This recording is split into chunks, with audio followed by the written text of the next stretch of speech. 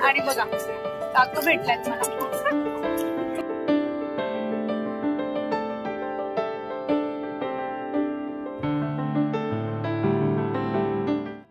Hi everyone, good morning. कसे आहात तुम्ही सगळे? सकाळचे जवळजवळ 5:45 झालेले आहेत.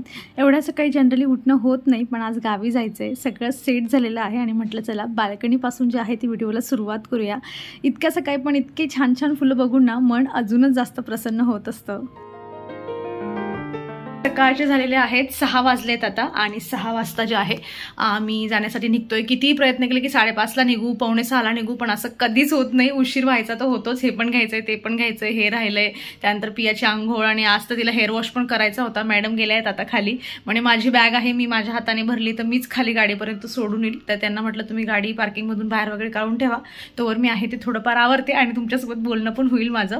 तर अशा पद्धतीने पूर्ण जे आहे ते व्यवस्थित घर सेट झालंय. आणि एक महत्त्वाची गोष्ट, जेव्हा आपण आम्ही जास्त दिवसांसाठी बाहेर जात असतो ना, म्हणजे 4-5 दिवसापेक्षा जास्त जर जायचं आहे तर महत्त्वाचं म्हणजे मी घरामध्ये ना किड्यांचं जे औषध आहे ना तर ते असं कागदावर वगैरे लावून जाते. आणि सगळ्यात महत्त्वाचं म्हणजे किचनमध्ये, जसं की बघा इथे तुम्ही कागदावर बघताय, हे इथे असं ठेवलंय मी. खाली पण आहे ते अशा पद्धतीने जे आहे ते कागदावर, म्हणजे तो गेट आउट नावाचा एक ट्यूब असतो, तो फक्त जो आहे ना तो कागदावर लावून द्यायचा. म्हणजे इन केस आपण गेल्यावर शांततेत निघालेच किडे बाहेर तर ते खातील आणि मरतील अशा पद्धतीने. आणि त्या असं छोट्या छोट्या गोष्टींचं जे आहे ती काळजी घेऊनच मग मला असं वाटतं की घरामध्ये जे आहे ते किडे होत नाही. आणि क्लिनिंग ऑफकोर्स महत्त्वाचे आहे.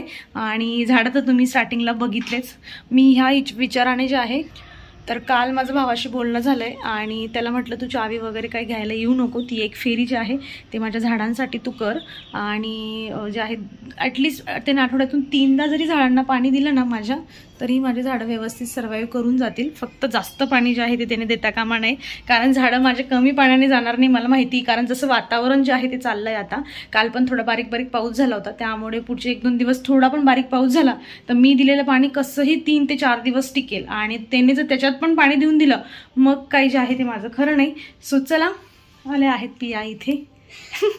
ठेवून आली स्वतःची बॅग. दमलीस का? दमलीस? एक्सायटेड जाण्यासाठी?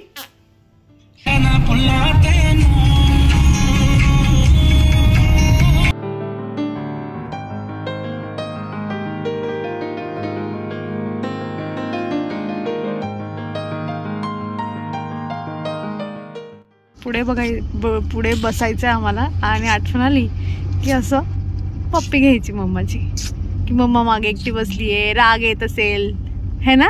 असं वाटतं का? असं वाटतं? बसू दे मला पुढे, मग तू ये मागे. सीट बेल्ट लावून घेऊन मस्त चष्मा लावून बसली पिया. छान मस्त छान छान रेस्टॉरंट शोधते ती. इथे थांबायचं का? तिथे थांबायचं का असं तू म्हणते, असं म्हणते मी, है ना? पण हाईट थोडी छोटी आहे, पण तरी दिसतं पियाला बऱ्यापैकी. एखादी छोटी गोष्ट आपण मॅनिफेस्ट करावी आणि आपल्याला ती प्रत्यक्षात मिळावी ना, म्हणजे याचा आनंद काहीतरी वेगळा असतो. मी कालच्या व्लॉगमध्येच तुम्हाला सांगितलं होतं की रस्त्यात जर असा बारीक पाऊस जरी लागला ना तरी प्रवास खूप सुंदर होऊन जाईल. आणि खूप जोरात नाही, पण बारीक बारीक पाऊस मस्त बऱ्याच ठिकाणी लागला आम्हाला.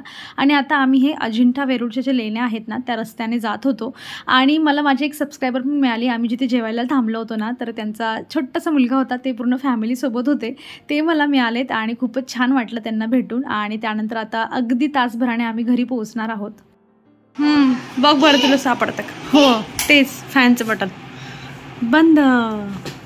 ते गरम होतं ना इकडे, म्हणजे आपल्याकडे थोडं थंड आहे ना वातावरण, इकडे गरम होत आहे ना. खिडकीमध्ये बसून गेम खेळ. हा, पण तेच करायचं जे आपण तिकडे करतोय, हे ना.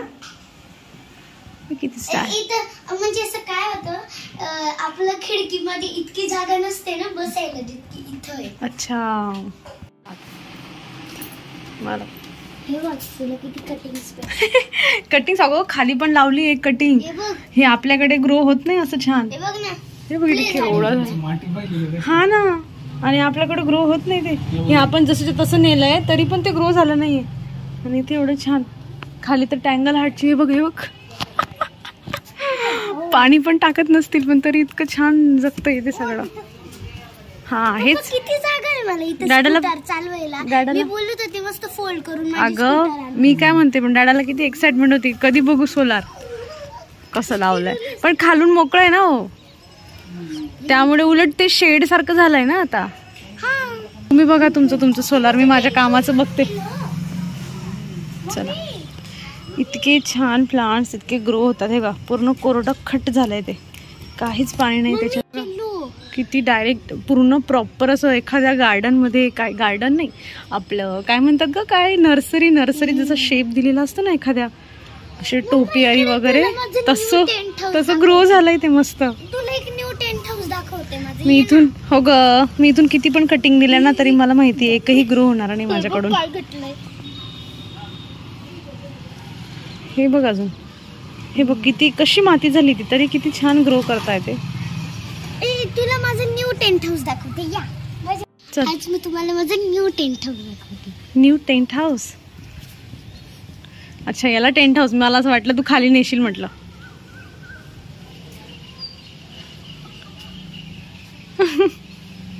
जे होतं ना कधीपासून की कुठलं पान म्हणता याला,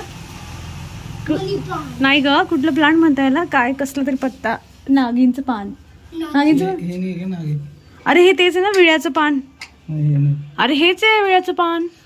आता हे वाला विळ्याचं पान आहे ना हे. हा मग अरे हो, फक्त हे छोट्या साईजचं आहे. आपल्या खालच्या काकूंकडे असंच होतं ना विळ्याचं पान. हा मग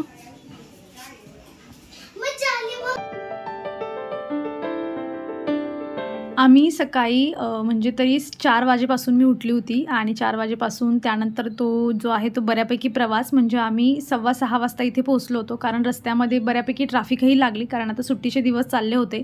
त्यानंतर CNG भरण्यासाठी मोठी मोठी लाईन असते आणि असं सगळं करता करता म्हणजे 8 तासाचा प्रवास असला ना तरी तो 10 आणि 11 तासाचा जो आहे तो होऊन जातो. सकाळी 6 वाजता निघलो होतो आणि 6:15ला आम्ही घरी पोहोचलो, म्हणजे जवळजवळ 12 तास पूर्ण झालेच आम्हाला. बऱ्यापैकी थोडं स्वयंपाकाची तयारी सासूबाईंनी करून ठेवली होती, पण माझ्या हिश्श्याचे काही कामं होते जे मलाच इथे करायचे होते. जेवणामध्ये आज म्हणजे वडे वगैरे पण बनवायचे होते, भजी आहे, परत चपाती वगैरे बाकी होती, तेवढी करून घ्यायची होती. आणि चला म्हटलं आता मस्त जे आहे ते मला शूट करायलाही जरा वाटत होतं की आता करून घ्यावं. मी एकटीच आहे किचनमध्ये, तर मग मी इथे जे आहे तुम्हाला दाखवते. तसं घर वगैरे बऱ्यापैकी मी व्हिडिओमध्ये दाखवलं आहे, पण काय ना की आता त्यांना रिनोव्हेशनही करायचं नाही, कलरही द्यायचं नाही, त्यामुळे जरा जुनं दिसतं. पण बऱ्यापैकी गावाच्या हिशोबाने चांगलं घर आहे त्यांचं. आणि आपल्याला कसं असतं ना की म्हणजे आपल्याला असं असतं की थोडी सेविंग करा आणि काहीतरी नवीन वस्तू घेऊ, तसं जुन्या लोकांचं नसतं. ते जेवढं असतं, पैसे असो किंवा नसो, ते तेवढ्यामध्येच भागवत असतात. चला असो, पहिल्यांदा मी हे जे वडे आहेत ना, आपण ज्याला मेदू वडा म्हणतो, तो मी पहिल्यांदा बनवला होता आणि खूपच छान बनला होता मस्त. त्यांनी वाटण वगैरे करून ठेवलं होतं, पण मी फक्त शेप देऊन तळण्याचं काम केलं होतं. जेवण झाल्यानंतर नेहमीप्रमाणे पियाच्या पप्पांचं म्हणणं होतं की चला जरा वॉक करायच्या हिशोबाने मस्त मंदिरात दर्शन वगैरे घेऊया, जवळच आहे मंदिर, तिथे आलो होतो आणि जरा वॉक पण होईल, जरा बोलणंही होईल, आणि म्हणून आम्ही इथे बाहेर आलो होतो. मी गेल्या व्हिडिओमध्ये पण तुम्हाला हे मंदिराचं जे आहे ते दाखवलं होतं सगळं. Good morning everyone. पिया सकाळी सकाळी मस्त दूध आणि टोस्ट खाते. नाही ग बाई, पाहुणे म्हण टोस्ट म्हणता त्याला. किती वाजले माहिती आहे?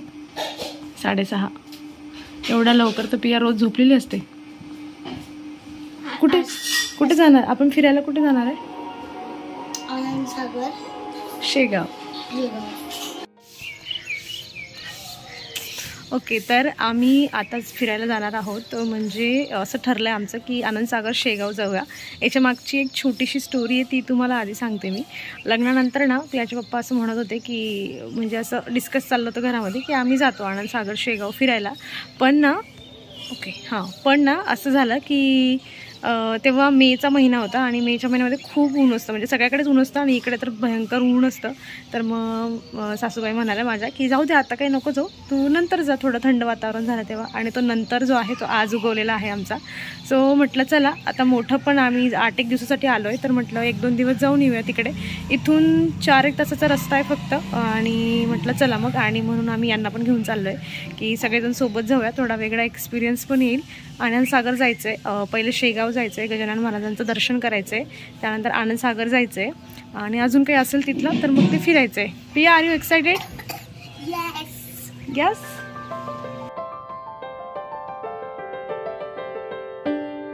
जसं मी तुम्हाला सांगितलं की आम्ही शेगाव आनंदसागर जाणार आहोत, तर आमच्या म्हणजे घरापासून माझ्या सासरहून काही एवढं जास्त अंतर नव्हतं, म्हणजे 4-4.5 तास जे आहे ते गुगलवर दाखवत होतं. तर आम्ही अराऊंड 6:15च्या अराऊंड जे आहे ते निघालेलो होतो. आणि तुम्ही जर या सीझनमध्ये म्हणजे शेगाव आनंदसागरचा प्लॅन करत असाल तर आता पुढचं जरा व्यवस्थित ऐकून घ्या, नाहीतर मग आमच्यासारखं होईल तुमचं. कारण गुगलवर वगैरे कुठेच असं व्यवस्थित दिसत नाही आहे किंवा एवढे असे डिटेलमध्ये व्हिडिओ पण नाही आहे, त्यामुळे मग तिकडे गेल्यावर जरा फजितीच होते. सो मी पण जाण्याआधी रात्री आम्ही बरेच व्हिडिओ वगैरे बघितले होते, पण तिथूनही काही समजलं नाही, कारण लेटेस्ट कुठलाच असा व्यवस्थित व्हिडिओ नव्हता. सो तुम्हाला जायचा प्लॅन करत असाल तर नक्की बघा, किंवा तुम्हाला फ्युचरमध्ये कोणी विचारलं ह्या महिन्याभरामध्ये तर तुम्हाला सांगता येईल की नका बाबा प्लॅन करू नका असं. तर शेगावला जात असाल फक्त तर मग तुम्ही महाराजांचं दर्शन अगदी आनंदात घेऊ शकतात. पण आनंदसागरचा प्लॅन जर असेल तर मग पुढचं मी तुम्हाला सांगते. तर शेगावला आम्ही जवळजवळ अराऊंड 11:30-12पर्यंत पोहोचलो होतो. पार्किंग वगैरे खूप छान सुविधा आहे, काही पैसे वगैरे लागत नाही, खूप मस्त त्यांनी पार्किंगची सुविधा केलेली आहे. मंदिर खूप छान मोठं आहे. पण आम्ही जेव्हा गेलो ना तेव्हा सॅटर्डे संडे रक्षाबंधन हे सगळं होतं, त्यामुळे बरेच लोक तिथे आलेले होते. जसं आम्हीही प्लॅन केला सुट्टीमुळे, तर खूपच गर्दी होती. आणि तिथे ना 2 प्रकारच्या लाईनी असतात ॲक्च्युली महाराजांचं दर्शन घेण्यासाठी. एक जी असते समाधीचं अगदी जवळून दर्शन आपल्याला मिळतं, आणि एक जे असतं की तुम्ही थोडं लांबून जे आहे मुखदर्शन घेऊ शकतात. तर आम्ही आधी अगदी समाधीचं दर्शन घेण्याच्याच विचाराने पूर्ण लाईनमध्ये आम्ही उभे राहिलेलो. पण थोडा वेळ तिथे उभं राहिल्यावर 10-15 मिनिटांनी हे रिअलाईज झालं की ही लाईन अजिबातच पुढे सरकत नाही आणि खूप मोठी लाईन होती. त्यामुळे आम्ही तिथून बाहेर निघालो आणि आम्ही मुखदर्शन घेण्याचा जो आहे तो विचार केला. आणि तिथे आम्हाला जास्त वेळ लागला नाही, हार्डली आम्हाला 20 मिनिटं लागली असतील फक्त, की जे आहे ते दर्शन घेतलं आम्ही आणि लगेच बाहेर निघालो. इथे आमचा टाईम वाचला. आणि त्याच्यानंतर जे आहे त्या आम्ही विचार केला की आता जेवणाचं काय करायचं. तर आम्ही खूप गर्दी होती बऱ्यापैकी, पण तिथे जेवणाच्या लाईनमध्ये गेल्यानंतर समजलं की लगेच पटापट लोक पुढे जातात, सो नंबर एवढा लागत नाही. आणि आम्ही त्या लाईनमध्ये उभं राहिलो. अक्षरशः मागून इतकी गर्दी येत होती तिथे, आणि जवळजवळ आम्हाला म्हणजे असं समजा की 2.5 ते 3 तास जे आहे ते आम्हाला जेवणाच्या लाईनसाठी जे होते म्हणजे जेवण करण्यासाठी लागले होते. सो तुम्ही जर म्हणजे तुम्हाला जर क्विक तिथून बाहेर पडायचं असेल तर जेवणाच्या लाईनमध्ये काही थांबूच नका, जर तुम्हाला एवढी गर्दी तिथे दिसली तर, कारण खूप वेळ लागतो मग तिकडे आणि इतकं उभं राहून पाय दुखायला लागतात की जेवणाचाही आनंद मिळत नाही. सो इथपर्यंत आता तुम्ही शेगावचं जे आहे ते समजलं आहे तुम्हाला, की तुम्हाला दर्शन जर जवळून घ्यायचं असेल तर तुम्ही जवळून घेऊ शकतात, पण तेवढा वेळ लागतो. आणि जेवणाच्या बाबतीत पण मी क्लिअर सांगितलं आहे. मग जेवण वगैरे झाल्यानंतर आम्ही 2-2:30 वाजता तिथून बाहेर पडलो होतो. तरी 3 वाजले असतील अराऊंड आम्हाला. आणि तिथून मग आम्ही पुढे जाण्यासाठी विचार करत होतो. मग पियाचे पप्पा म्हणले की चला आपण जे आहे रात्रीचं रूम वगैरे बुक करूया. सो तिथून त्यांना कळलं की तुम्ही जर रूम बुक करताय म्हणजे तुम्ही इथे स्टे करण्याचा विचार करताय आणि आनंदसागरबद्दल जर तुम्हाला माहीत नसेल, मग त्यांनी सांगितलं की तिथले फक्त 2च मंदिर जे आहेत ते ओपन आहेत, बाकी सगळं त्यांचं रिनोव्हेशन चाललेलं आहे. त्यामुळे तिथे काही आपल्याला एंट्री नसते. म्हणजे तुम्ही आनंदसागरच्या मध्ये एंट्री केली ना तर ते एवढा मोठा एरिया आहे की पूर्ण दिवस पण आपल्याला अपूर्ण पडेल, एवढं छान ते आहे. मी कधी गेली नाही, ऐकलं आहे फक्त. पण तिथले 2च मंदिर चालू होते की आम्ही ते तासभरामध्ये अगदी निवांतपणे अगदी आराम करत करत आम्ही ते बघितले. मग आमचा पूर्ण दिवसच जो होता तो उरला होता. आणि आम्ही प्लॅन करून आलो होतो की आम्ही रात्री पण इथे स्टे करू आणि जे आहे ते आनंदसागर किंवा मग त्याच्यानंतरचं पण काही असेल तर ते बघूयात असं म्हणून. पण आता हेच सगळं बंद असल्यामुळे आणि हे तासभरात सगळं आमचं फिरून झालं म्हणून आम्ही मग ह्याच दिवशी रिटर्न जायचा विचार केला. सो आपण येताना आनंदसागरला आणि शेगावला जेव्हा विचार करतो तर आपल्या डोक्यात हेच असतं की सकाळी दर्शन घ्यायचं आणि निवांतपणे मस्त जे आहे ते गार्डनमध्ये फिरायचं. पण मग तेच बंद असल्यावर जे आहे ते आपल्याला थोडी निराशा येते आणि लांबून आलेले असलो की मग ऑफकोर्स आपल्याला तो थोडा वैतागही येत असतो. सो तसा जो आहे तो इथे प्रकार झाला. जेवढं ओपन होतं ते खूप छान आहे, पण ते अजून कदाचित चांगलं बनवण्याचा प्रयत्न जो आहे तो त्यांचा चालला आहे. त्यामुळे बरेचसे एरिया त्यांनी बंदच करून ठेवले. म्हणून इथे काही गर्दी पण नव्हती एवढी जेवढी शेगावमध्ये गर्दी होती, कारण जे लोक फक्त दर्शन घ्यायला आले मग ते काही इकडे येतच नाही. बाकी जेवढेही 2 मंदिरं आणि आजूबाजूचा जेवढा परिसर बघितला आनंदसागरमधला खूप सुंदर आहे. आणि जेव्हा रिनोव्हेट होऊन जाईल ना खरंच खूप छान आणि एकदम मजेशीर जो आहे तो पूर्ण दिवस इथे जाणार आहे. आता तर काही एवढं फिरता आलं नाही इकडे, सगळं बंद असल्यामुळे, पण नेक्स्ट टाईम नक्की प्लॅन करू आणि हे पूर्ण मी तुम्हाला आनंदसागर दाखवेल. पण तुम्ही महाराजांचं दर्शन घ्यायला येत असाल आणि एवढं 2 प्लेस तुम्हाला बघायचे असेल तर तुम्ही नक्कीच 1 डे ट्रिप जो आहे तो इथे प्लॅन करून घेऊ शकतात. तिकडे राहण्याचा प्लॅन तर आमचा कॅन्सलच झाला होता, म्हणून आम्ही जवळजवळ 4:30-4:45 वाजता आम्ही तिथून निघालो होतो. रस्त्यात मात्र खूप जोराचा पाऊस जो होता तो आम्हाला लागला होता आणि आम्ही रात्रीपर्यंत 9-9:30 पर्यंत घरी पोहोचू ह्या हिशोबाने जे आहेत ते आम्ही तिकडून म्हणजे निघालो होतो. एंट्री करण्याआधी आम्ही या मॉलमध्ये एंट्री करण्याआधी याला मी बोलली होती की एक तरी माझं सबस्क्रायबर मला मिळालं पाहिजे. आणि बघा काकू भेटलायत मला. आम्ही जळगावला इथे मॉलमध्ये आलोय आम्ही आता शेगाव आनंद सागर गेलो होतो. आम्ही पण हो का. तिकडून आता जेवणाचा वेळ आहे ना अजून. म्हटलं करायचं काय, मग इथे आलो. म्हटलं चला इथे काहीतरी खावं, त्यासाठी टाइमपास साठी आलो.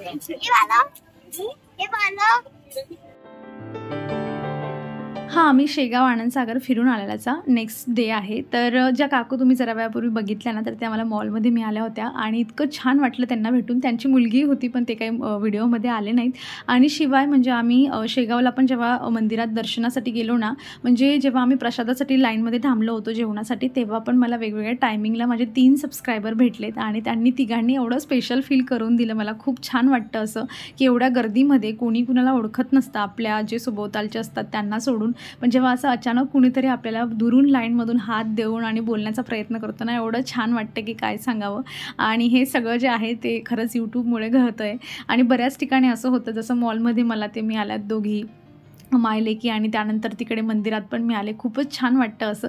चला असो, आता मी इकडे ना ब्रेकफास्टसाठी पोहे बनवते आणि म्हणजे आमचा असं काही प्लॅन नव्हता की मी आजच माहेरी चालली जाईल, पण काल तिकडे काही थांबणं झालं नाही आणि आज इकडेही आमचा असाच काही मोठा प्लॅन नव्हता. मग मी यांना सांगितलं की बरेच असे म्हणजे वर्ष झाले की मी जास्त दिवस मम्मीकडे राहिलीच नाही आहे, तर तुम्ही मला जे आहे आज तिकडे सोडून द्या. मी आणि पिया तिकडे राहते आणि तुम्ही आम्हाला सोडून परत इकडे रिटर्न येऊ शकतात, तुम्हीही इकडे निवांत राहा. तर मग म्हणून सकाळी जे आहे ते ब्रेकफास्ट वगैरे करून जे आहे आम्ही निघणार आहोत. म्हणजे मग मला मम्मीकडे जाऊन जे निवांत 4-5 दिवस राहायचं आहे ते राहता येईल. कारण इकडे राहून पण तेच जेवण खावण आणि स्वयंपाक असंच सगळं हे सगळं होईल आणि झोपा, बाकी दुसरं काही होणार नाही. म्हटलं त्यापेक्षा जाऊयात आणि तिकडेही 2-4 दिवस मला एक्स्ट्रा जे आहेत ते घालवायला जे आहे ते मिळतील. आता रस्त्यात जाताना म्हणजे आमच्या इकडे केळी खूप जास्त पिकवल्या जातात, त्यामुळे मग तुम्ही म्हणजे डायरेक्ट बनाना घ्या किंवा मग केळीचे वेपर्स घ्या, हे सगळं स्वस्तात मिळत असतं. जे केळीचे वेपर्स आपल्याकडे असं समजा की पावशर जर 100 रुपयाला मिळत आहे ना, तर इकडे पावशर फक्त 50 रुपयाला मिळतात. म्हणजे 50% फरक आहे जवळजवळ. तर आम्ही इथून जेव्हा पण येतो ना घेऊन जातो आम्ही अगदी गावाच्या बाहेर आणि बऱ्याच ठिकाणी जे आहेत ते असे म्हणजे लोकल जे लोक आहेत ते केळीचे वेपर्स बनवतात वेगवेगळ्या प्रकाराचे. तर आम्ही नेहमीच ट्राय करतो की इथून जाताना जे आहे ते 1 किलो मस्त केळीचे वेपर्स घेऊन जायचे. अगदी फ्रेश असतात ते, लगेच तळतात आणि लगेच विकायला ठेवतात. तर तिकडून घेतलं आम्ही आणि त्यानंतर आता पुढे अजून एक मंदिरामध्ये जायचं आहे. आपण पुढे जातोय का? त्याच्या आधी पद्मालय, श्री क्षेत्र पद्मालय, जिथे गणपती बाप्पांचं मंदिर आहे. पण आज सोमवार असल्यामुळे, श्रावण सोमवार असल्यामुळे तिथे गर्दी राहण्याची शक्यता आहे. म्हणून घरूनच आम्ही असं ठरवलंय की दर्शन न घेता पण त्या रस्त्याने जायचंय, जेणेकरून एक नवीन व्ह्यू बघायला मिळेल. तसं ग्रीनरी तर सगळ्याकडे खूप मस्त वाटतं, सगळं छान खूप मस्त. आणि जर लाईन म्हणजे गर्दी नसली तर मग करूयात दर्शन, हे की नाही.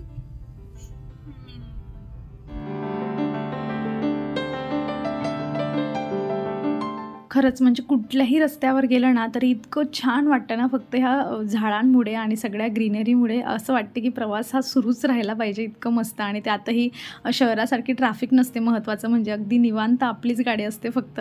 चला असो, तर आम्ही जसं मी तुम्हाला सांगितलं की आम्ही पद्मालयला आलेलो आहोत. तर हे मंदिर गणपती मंदिर म्हणून तर प्रसन्न आहेच, म्हणजे प्रसिद्ध आहेच, पण इथे ना म्हणजे भीमकुंड पण आहे. म्हणजे इथे पांडवसुद्धा येऊन गेलेले आहेत. काहीतरी कथा आहे ती, पण मला एक्झॅक्टली आता आठवत नाही आहे. आणि मला आठवतं आहे मी ते भीमकुंडाचं सुद्धा दर्शन घेतलं आहे माझ्या काकूसोबत. काहीतरी जेव्हा काय कुठलं असतं ते ऋषीपंचमी असते, तर तेव्हा येतात असं इकडे येऊन आंघोळ वगैरे करतात. तेव्हा माझ्या काकूसोबत मी आली होती एकदा आणि तेव्हा मी तिकडे गेली होती. ते हे मंदिरापासून मी एक बोर्ड पण तुम्हाला दाखवेल, 1.5 किलोमीटर पुढे आहे आणि आम्हाला घरी पण जायचं होतं, म्हणून मग 1.5 किलोमीटर चालणं आणि पिया पण चालली नसती. आणि दिसतं जरी कमी ना, पण ऊन खूप असं चटकेदार होतं, त्यामुळे आम्ही ते काही जाणं म्हणजे कॅन्सल केलं. इथे लिहिलं आहे त्यांनी, इथून तुम्ही 1.5 किलोमीटर पुढे चालत गेलीत की तुम्हाला भीमकुंड लागेल आणि बरेच अजून 1-2 आहेत असे. सो इथे पांडवसुद्धा येऊन गेलेले आहेत, त्यामुळे पण हे मंदिर प्रसिद्ध आहे आणि बरीच गर्दी पण असते. पण आम्ही सकाळी लवकर निघलो होतो त्यामुळे नाही आहे, बाकी मग असते अशी. आणि जाताना अशी छान छान दुकानं होते, म्हणून पियासाठी जे आहे त्या बँगल्स घेतल्या, ज्या आपल्या शहराकडे 150-200 रुपयाच्या मिळतात, इथे फक्त 50 रुपयाला मिळाल्यात मला. म्हटलं चला घेऊयात, तिला कधीतरी असं आपण जेव्हा ट्रॅडिशनल असं वेअर केलं की घालायला बरं पडतं. आणि आता आम्ही प्रवासाला सुरुवात करतोय पुन्हा. आता मी माहेरी जाते, पुढचा व्लॉग डायरेक्ट माहेरचा येईल. हा व्हिडिओ कसा वाटला मला कमेंटमधून नक्कीच सांगाल. व्हिडिओ आवडला असेल तर लाईक करा, चॅनलवर तुम्ही नवीन असाल तर प्लीज चॅनलला सबस्क्राईब करा. आपण भेटूयात पुढच्या अशाच इंटरेस्टिंग व्हिडिओमध्ये. तर स्वतःची काळजी घ्या. So take care friends and bye.